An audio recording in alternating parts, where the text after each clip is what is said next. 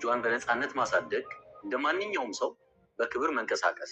ነገር ግን ያንን ክብር ፍለጋ የተጓዘችበት መንገድ የሞት ጥላ ያረፈበት ይሆናል ብላ አልገመተችም ነበር። ከጀርባ ስክሪን ላይ የምትመለከቷት ኢትዮጵያዊት እህታችን ሀና ትባላለች። በሳውዲ አረቢያ ምድር ለዓመታት ያለ ህጋዊ ፍቃድ ኖራለች። እዛው ሳውዲ ላይ የሀገሯን ዜጋ አግብታ በፍቅር ተሳስረው የትዳርን ጣዕም ቀምሰዋል። በቅርቡ ደግሞ የፈጣሪ ስጦታ የሆነውን ልጇን ታቅፋለች። ነገር ግን ህገወጥ ተብሎ መኖር እጅግ በጣም ከባድ ነበር። የፖሊስ መኪና የሳይረን ድምፅ በሰማች ቁጥር ሁሌ ልቧ ይደነግጣል። ሀና ይህንን ስቃይም እንዲያበቃ ወሰነች። ልጄን በሰላም አሳድጋለሁ፣ የመኖሪያ ፈቃዴን አስተካክዬ በክብር እመለሳለሁ ብላ ከባሏና ከቤተሰቦቿ ተሰናበተች። አቅጣጫዋ ወደ ሀገር ቤት ነበር። ነገር ግን መንገዱ በሺዎች የሚቆጠሩ ኢትዮጵያውያን ደምና አጥንት የረገፈበት የየመን በረሃ ነው። በጠራራ ፀሐይ፣ በውሃ ጥም፣ በድካምና በሽፍቶች ጥይት መካከል አልፋ የናፈቃትን ሰላም ለማግኘት ተንቀሳቀሰች። ለልጇ ብሩህ ተስፋና ለቀጣይ ህይወቷ ስትል የሞትን መንገድ መረጠች። እጣ ፈንታ ግን ጨካኝ ሆነች። የመኖሪያ ፈቃዷን አውጥታ ልጇን በነፃነት ስማ ከባሏ ጋር በደስታ ለመኖር የነበራትን ህልም በሳውዲና በየመን ድንበር ላይ በጉዞ ላይ ሳለች ልቤ ደከመኝ፣ እረ ውሃ ስጡኝ እያለች በዛው አሸለበች። እህታችን ሀና የብዙ ሰው ቅስም በሰበረ መልኩ ህይወቷ በሳውዲ ድንበር ላይ ቀረ። የልጇ እናት የሚል ጥሪ የባሏን ናፍቆትና የቤተሰቦቿን ተስፋ እዛው በረሃ ላይ ቀረ። ይህ ታሪክ የእሷ ብቻ አይደለም። ዛሬም በየበረሃው የሚረግፉ፣ በየባህሩ የሚሰምጡ በሺዎች የሚቆጠሩ ኢትዮጵያውያን እህት ወንድሞቻችን ታሪክ ነው። ሰላምን ፍለጋ ወደ ሞት አንገስግስ። የሰው ሀገር ስቃይ ቢበዛም ከህይወት በላይ ምንም ክቡር ነገር የለም። እህታችን ሀና ህልሟን ይዛ ተጓዘች። ነገር ግን አልተመለሰችም። ፈጣሪ ነፍሷን በገነት ያኖርልን፣ ለቤተሰቦቿና ለወዳጅ ዘመዶቿ መጽናናቱን ይስጥልን። ጥር 12 2018 ዓ.ም።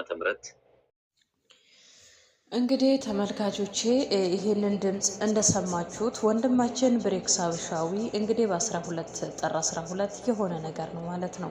ውድ የሀገሬ ልጆች እባካችሁን አንዳንዴ ይሄንን ቪዲዮ ይሄንን መረጃ እባካችሁን ይጠቅማችኋል፣ ለሁሉም ሼር እያደረጋችሁ አድርሱልኝ።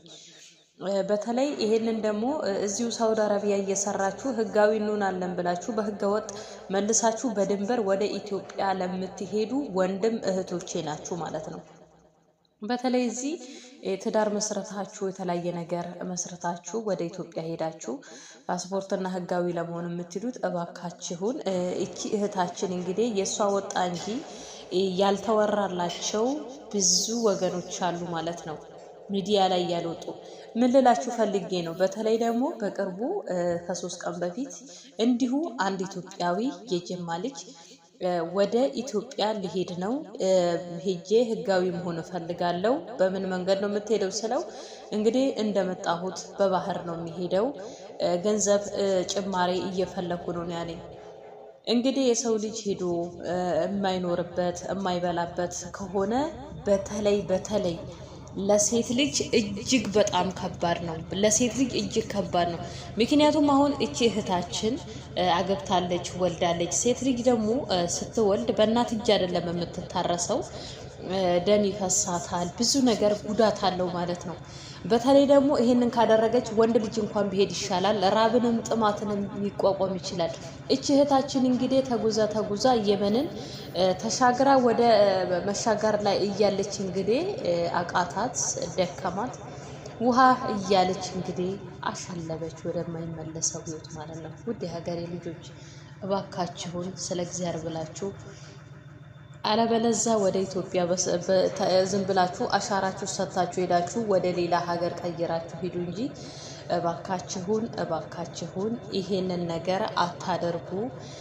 እንኖራለን ብላችሁ ወደ አለመኖር ጨለማ አትሂዱ። አሁን ላይ በጣም ጊዜው አስፈርቷል። ሰው አውሬ ሆኗል።